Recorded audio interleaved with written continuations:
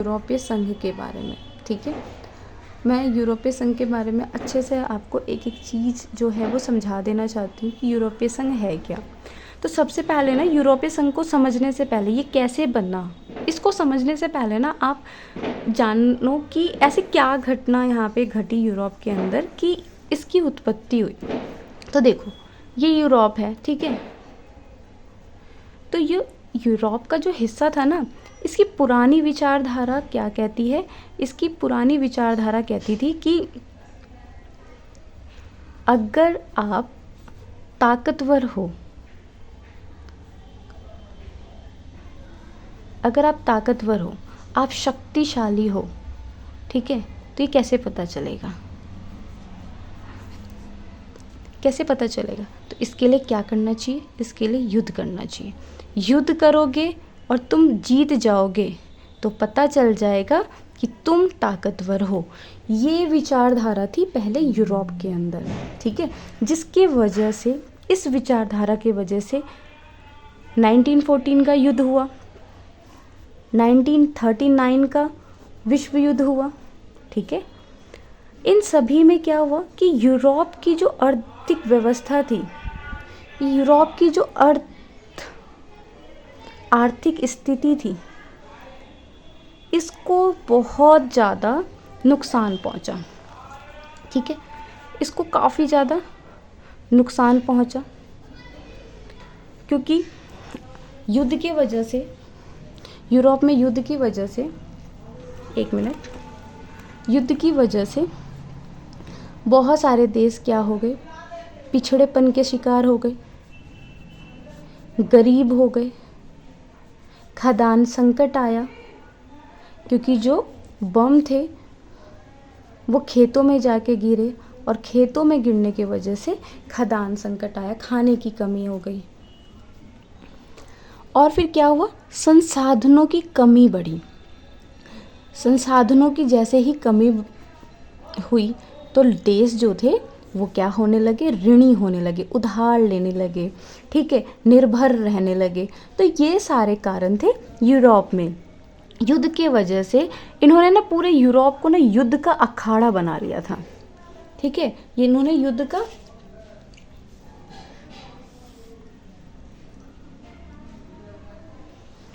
का अखाड़ा बना रखा था।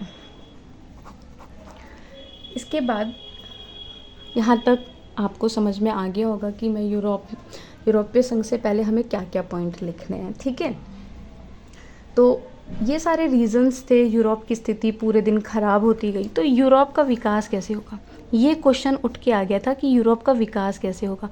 इसको लेकर वहाँ के जो चिंतक थे, जो विचारक थे, वो परेशान रहने लगे कि यूरोप का विकास कैसे होगा, कैसे यूरोप अर्थव्यवस्था में आगे बढ़ेगा, ठीक है। तो जिसके वजह से किसकी स्थापना हुई, तो जिसके वजह से यूरोप के विकास के लिए,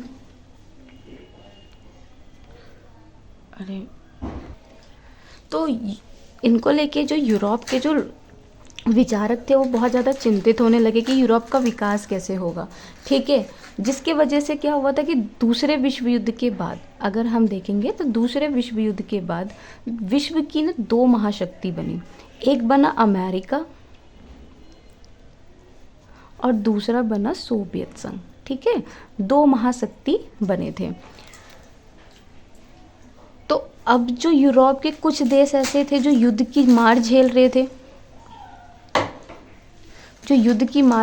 थे, ठीक है, तो उन्होंने क्या किया, अपने विकास के लिए, ये जो कंट्री है ना, अपने विकास के लिए उन्होंने क्या किया, ये जो दो ध्रुव निकले, ठीक है, इन दोनों की तरफ इन्होंने बढ़ना शुरू कर दिया। कुछ लोग इनकी तरफ आए, पूंजीवादी की तरफ, कुछ साम्यवादी की तरफ आए। क्यों? ताकि उनका विकास हो सके, ठीक है। इस तरीके से यूरोप अपने विकास के लिए दो ध्रुव्य को जन्माया, उसने दो ध्रुव जन्मे, ठीक है। अब इसके बाद क्या हुआ, यहाँ पे तो विकास हो रहा था, फिर बना मार्शल, ठीक है, मार्शल योजना आया, जो कि कब आया, 1948 में आया। ये था यूरोप के पश्चिमी राष्ट्रों के लिए, जो यूरोप के जो पश्चिम राष्ट्र हैं उनको आर्थिक स्थिति में सुधार लाने के लिए, ठीक है। ये अमेरिका की तरफ से उनके जो विदेश मंत्री थे उन्होंने एक पहल करी यूरोप के पश्चिमी राष्ट्रों को सुधारने के लिए, ठीक है। तो इस तरीके से यूरोपीय संघ जो है पहले द्वितीय विश्व युद्ध, ठीक है, उसको झेलना पड़ा, जिसके वजह से पूरी अर्थव्यवस्था यूरोप की ख़राब हो गई। फिर मार्शल योजना आया, नहीं उससे पहले 2 द्रव्य से उन्होंने मदद ली, ये भी ज़्यादा टाइम तक साबित नहीं हुई। क्यों? क्योंकि हमेशा ये तीसरी दुनिया आई जहाँ पे एक अलग विचारधारा का जन्म हुआ। मार्शल योजना, ठीक है, इसके तहत क्या हो रहा था, आर्थिक सुधार लाया जा रहा था, मगर अभी भी कंट्री का विकास नहीं हुआ था, ठीक है। तो इसमें क्या हुआ, का विकास कैसे करा जाए, तो यूरोप के विकास के लिए, ठीक है, यूरोप के विकास के लिए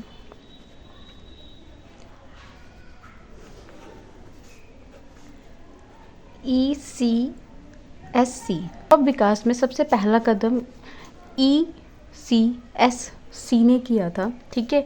ये सबसे पहला अंतर्राष्ट्रीय संगठन बना था जिसने यूरोप को एक करने की कोशिश करी थी, ठीक।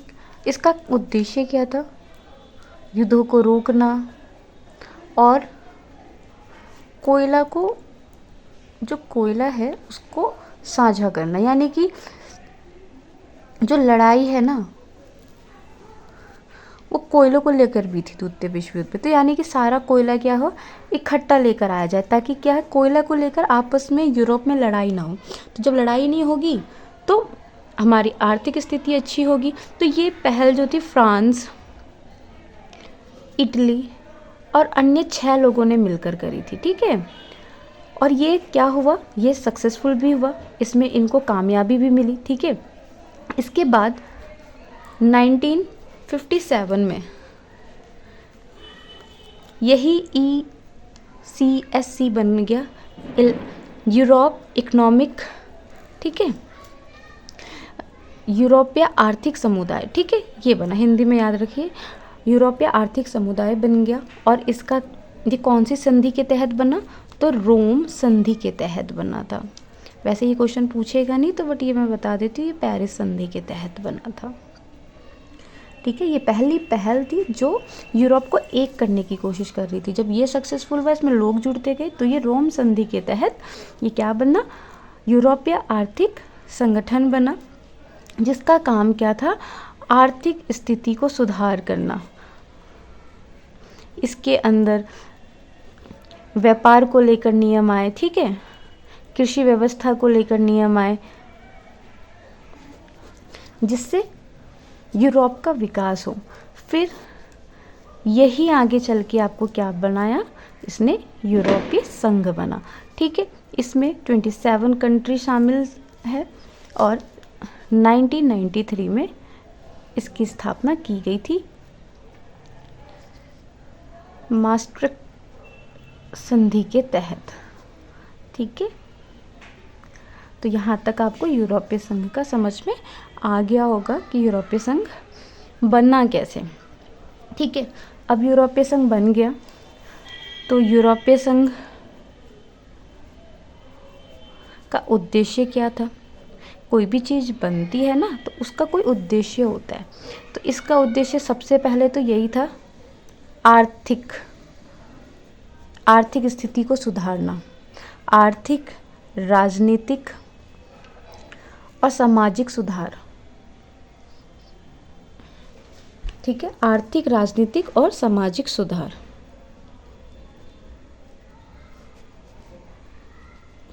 क्योंकि यूरोप की स्थिति बहुत बुरी तरीके से ख़राब हो गई थी, देश जो थे गरीबी में, ठीक है, ऐसी चीज़ें आ गई थी, गरीबी, पिछड़ापन का शिकार हो रहे थे, जिसके वजह से उनको एक सुधार की ज़रूरत थी। तो ये इनका उद्देश्य था। फिर यूरोपीय संघ का क्या हुआ, जब यूरोपीय संघ बना तो इन्होंने अपना एक फ्लैग बनाया, ठीक है, अब इनका अपना झंडा बना, स्थापना दिवस बना, जिसमें 12 अंक रखा गया, 12 अंक के सितारे रखे गए, ठीक है। तो ये सितारे हैं ना, ये किसका प्रतीक है, ये एकता का प्रतीक है। ये किसका प्रतीक है? तो मेल मिलाप का प्रतीक है। और 12 अंक जो है वो यूरोप के जो लोग हैं इसको बहुत ही शुभ मानते हैं, इसलिए इन्होंने इन दोनों को मिलकर, ठीक है, 12 अंक और सितारे दोनों को मिलाकर इन्होंने अपना क्या बनाया? अपना फ्लैग बनाया। और फ्लैग जो था वो एकता को लेकर चलना था। जो भी कंट्री इसके अंदर जुड़ती चली गई वो यूरोप के साथ जुड़कर यूरोप का विकास करेंगे और एकता में रहेंगे, युद्ध से दूरी बनाएंगे, ठीक है, एक दूसरे के मसले में हस्तक्षेप नहीं करेंगे। ये सारी चीज़ें थी। क्यों? क्योंकि यूरोप पहले ही युद्ध देख चुका था और युद्ध के वजह से वो क्या हो चुका था? पिछड़ चुका था। तो अब उन्होंने अपनी पुरानी विचारधाराओं को छोड़कर एक नई विचारधाराओं के साथ बढ़े। उन्होंने मित्रता पर ध्यान दिया, बातचीत पर ध्यान दिया, समझौते पर ध्यान दिया, सिवाय किसके? लड़ाई के। ठीक है, तो ये था यूरोपीय संघ के बारे में। तो आपको समझ में आया होगा, तो बताइए, कमेंट करके बताना वीडियो कैसे लग रही है। ठीक है, तो अब मैं बताऊंगी कि यूरोपीय संघ की स्थापना।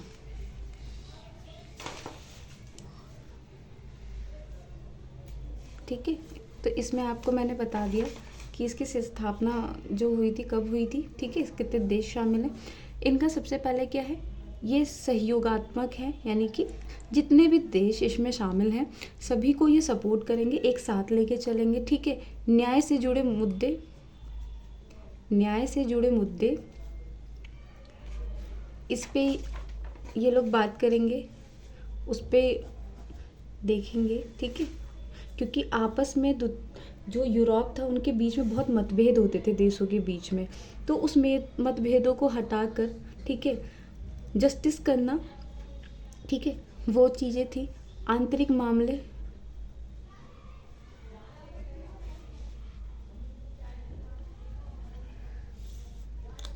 समान विदेश नीति,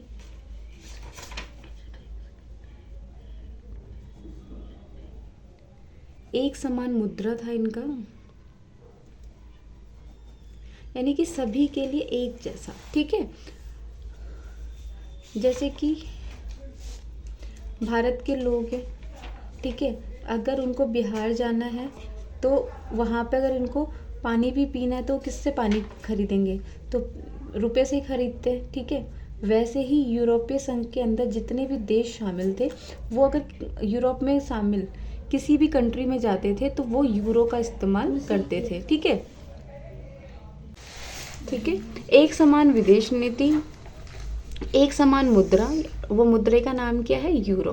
देखो, आंतरिक मामले का मतलब होता है कि नागरिक स्वतंत्रता के बारे में, ठीक है,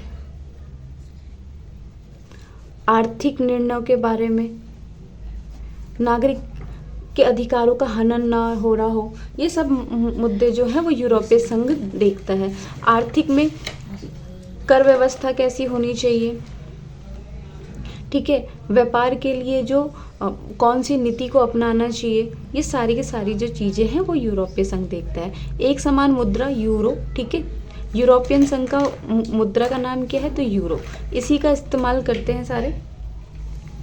तो ये था इसकी स्थापना का उद्देश्य। ठीक, मगर इस यूरोपीय संघ को बनाया गया था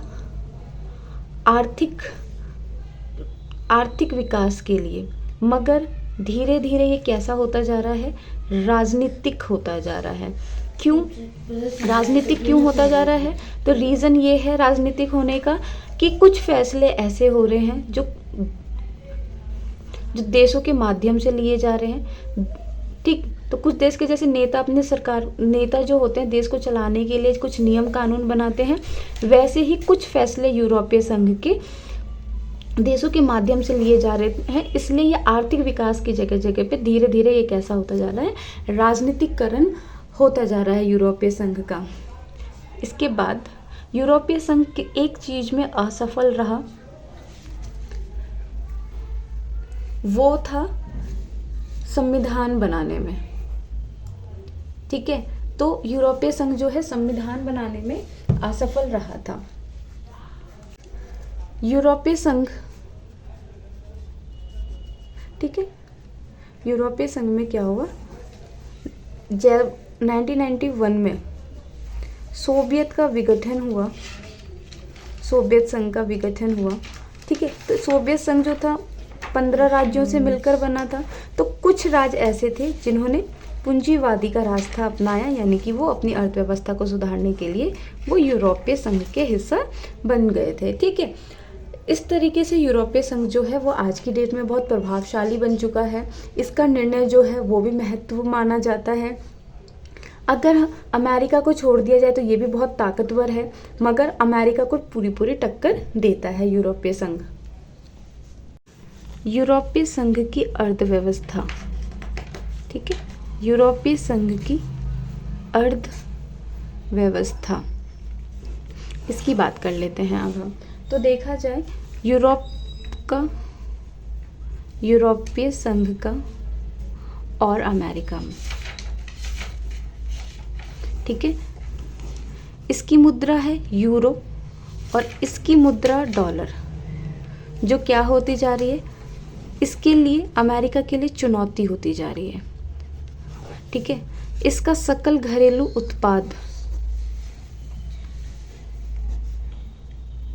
उत्पाद जो है वो 17,000 अरब डॉलर है, जो कि बहुत बड़ी बात है अमेरिका के लिए भी, ठीक है। इसकी जो सैनिक शक्ति है वो विश्व की दूसरे नंबर पर आती है, ठीक है, इतनी बड़ी शक्ति है इसकी।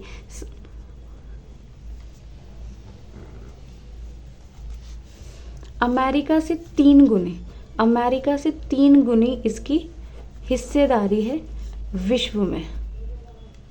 किसकी? तो यूरोपीय संघ की विश्व में अमेरिका से 3 गुने हिस्सेदारी है। मानव अधिकार के मुद्दे पर समय समय पर यूरोपीय संघ जो है अपनी बातों को रखता है। तो ये जो है ये यूरोपीय संघ को जो है बहुत ही ताकतवर बनाता है। तो यूरोपीय संघ ने मानव अधिकार, पर्यावरण जैसे मुद्दों पर अपनी आवाज़ उठाई है और अपनी शक्ति का प्रदर्शन भी किया है। उसके बाद अगर हम देखें तो यूरोपीय संघ की कमजोरी क्या है, ठीक है, तो इसकी कमजोरी देख लेते हैं।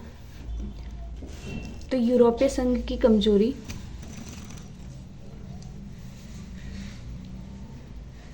सबसे पहला पॉइंट हम लिखेंगे कि जो यूरोपीय संघ था वो क्या बनाने में असफल रहा, तो संविधान बनाने में असफल रहा था। ये इसका खुद का अपना संविधान नहीं है, ठीक है। और यहाँ पर क्या है, यूरोप के अंदर एक समान विचारधारा भी नहीं है। इन्होंने विदेश नीति तो अपनाई है कि विदेश नीति का मतलब क्या होता है कि कूटनीति करना, दूसरे देशों के साथ अपने संबंध बनाना, है ना। मगर कई बार ऐसा होता है कि यूरोपीय संघ जब विदेश नीति तय करती है तो बहुत सारे जो यूरोपीय संघ के शामिल सदस्य हैं वो इस बात से सहमत नहीं होते हैं, एक जैसी सहमति नहीं होती है, इसलिए एक समान विचार यहाँ पर देखने को नहीं मिलता है। तो ये इसकी कमजोरी को दिखाता है। तीसरा, यूरो, जो कि क्या है, यूरोपीय संघ की मुद्रा है जो अमेरिका को टक्कर देती है। तो यूरोपीय संघ के जो सदस्य हैं वो इसको नहीं मानते हैं, ठीक है। कुछ जो हैं यूरोपीय संघ के कुछ सदस्य जो हैं इसको नहीं मानते हैं, ठीक है, यूरोपीय की मुद्रा को नहीं मानते हैं। उसके बाद ईयू का सबसे ताकतवर सदस्य जो कि ब्रिटेन था, वो अब इसका हिस्सा नहीं है, ठीक है, इसका हिस्सा नहीं रहा। वहाँ पे जनमत हुआ, जनमत के तहत इसने अपने आप को ईयू से हटा लिया, क्योंकि ये मानता था कि ना वहाँ पे ये स्वतंत्र रूप से काम नहीं कर सकता है, ठीक है, इसलिए इसने अपने आप को ईयू से हटा लिया था। तो ये भी क्या है, इतनी बड़ी महाशक्ति जो है ईयू के संगठन से हट चुकी है, तो ये भी इसकी कमजोरी को दिखाता है। एक जैसी सहमति नहीं होना, इसके ऊपर में जैसे कि इराक। इराक के ऊपर आक्रमण किया गया था अमेरिका के द्वारा। तो ब्रिटेन जो था वो अमेरिका का समर्थन दे रहा था, ठीक है। वहीं पे फ्रांस और जापान इस युद्ध का विरोध कर रहे थे, ठीक है। तो ये क्या है, दोनों के दोनों ईयू के सदस्य हैं, मगर इन दोनों की आपस में ही नहीं बन रही, विचारधारा ही नहीं मैच कर रही है, ठीक है। तो ये क्या दिखाता है, इनकी कमजोरी को दिखाता है। तो ये था पूरा का पूरा यूरोपीय संघ के बारे में। तो ये क्वेश्चन है, देखो समझ लो यहाँ पे जो आसियान है, तो आसियान जो था ये एशियाई देशों का और जापान का उपनिवेश रहा था, यानी कि इन दोनों ने मिलकर इसे क्या बनाया था, गुलाम बनाया था। मतलब आसियान के अंदर जो कंट्री है, ठीक है, जो इनके अंदर देश थे उनको, दक्षिण पूर्व देशों को, ऐसे याद रख लो, ठीक है। दक्षिण पूर्व देशों को एशिया और जापान कंट्री ने गुलाम बनाया था।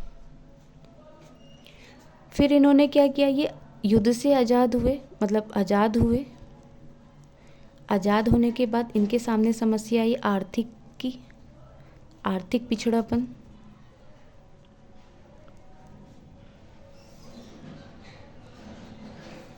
इसको सुधारने के लिए इन्होंने क्या किया, दो महाशक्ति जो उस टाइम चल रहा था, शीत युद्ध का दौर चल रहा था ना, शीत युद्ध का दौर, उसमें इन्होंने हिस्सा लिया और दो महाशक्ति में से किसी एक का हाथ थाम लिया इन्होंने, ठीक है। और जिसकी वजह से इनके ऊपर क्या होता चला गया, दबाव बढ़ता चला गया। और इनको ये जो शामिल हुए थे वो बहुत महंगा पड़ने लगा, क्योंकि क्या हुआ, इनकी आर्थिक सुधार नहीं हो रहा था। इसके बाद जो तीसरी दुनिया आई थी, ठीक है, जो तीसरी दुनिया आई थी ना, जो शीत युद्ध के दौरान तीसरी दुनिया आई थी, किस लिए आई थी, मेल मिलाप के लिए आई थी। बट ये भी ना दक्षिण पूर्व एशिया कंट्री के लिए ज़्यादा अच्छा साबित नहीं हुआ, इनकी व्यवस्था अच्छी नहीं हुई। इसके बाद उन्होंने किसकी स्थापना की थी, आसियान की स्थापना की थी। आई बात समझ में, 1967 में कहाँ की थी, तो बैंकॉक, ठीक है। इसका क्या कहते हैं, सचिवालय कहाँ पे है, तो इंडोनेशिया के राजधानी जकार्ता में, याद रखना कहाँ पे है, तो जकार्ता के अंदर है, ठीक है। पूरा का पूरा आसियान समझा दिया मैंने यहाँ पे। अब हम इसका उद्देश्य पढ़ लेते हैं, इसका उद्देश्य क्या है। तो आसियान का उद्देश्य है आर्थिक विकास तेज करना, सामाजिक सांस्कृतिक विकास करना और क्षेत्रीय शांति को बढ़ावा देना। देखो ये लोग ऑलरेडी औपनिवेश के शिकार रहे हैं, तो इनकी व्यवस्था बहुत ही ज़्यादा पिछड़ेपन की हो गई होगी। तो ये तेज़ी से विकास चाहते थे, समाज और संस्कृति का विकास चाहते थे, ठीक है, और शांति का बढ़ावा। उदाहरण के लिए देश के बीच अगर युद्ध की स्थिति बनती है, तब आसियान जो है उससे दूरी बनाएगा। आसियान जो है वो शांति की ओर चलता है, ये युद्ध से दूरी बनाता है। उसके बाद ये किस पर है, बातचीत के माध्यम से युद्ध खत्म करने और शांति स्थापित करने का प्रयास करता है, ये इनका उद्देश्य है। फिर है अनौपचारिक, टकराव रहित और सहयोगात्मक मेल मिलाप को बढ़ाना, यानी कि किसी से टकराव नहीं करना, सहयोग देना, ठीक है, जिसको आसियान शैली भी कहा जाता है। समझ में आ गया, आसियान का जो उद्देश्य है शांति को बढ़ावा देना, बातचीत को अपनाना, मित्रता को अपनाना, टकराव नहीं करना, सहयोग करना, उसे क्या कहा जाता है, आसियान शैली भी कहते हैं। राष्ट्रीय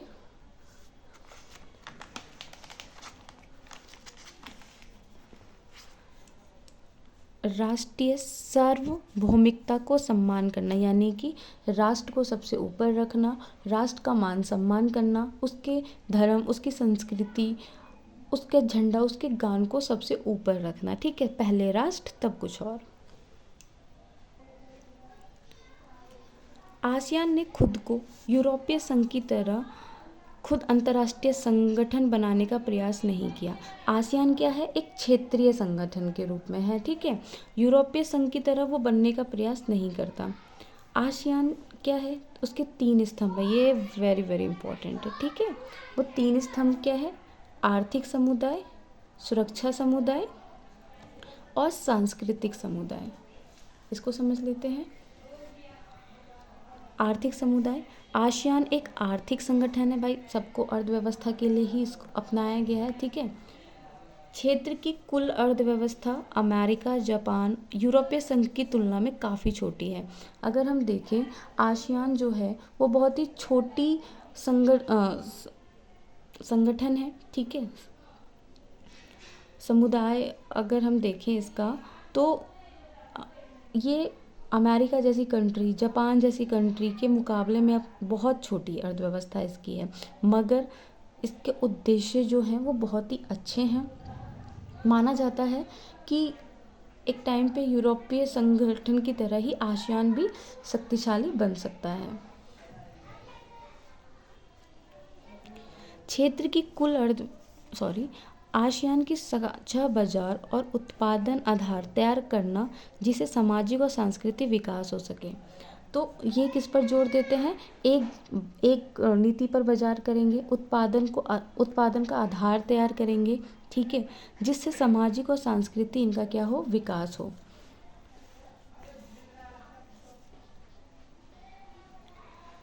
आसियान सुरक्षा समुदाय, आसियान सुरक्षा समुदाय क्षेत्रीय विवादों को सैनिक टकराव तक न ले जाने की सहमति पर आधारित है।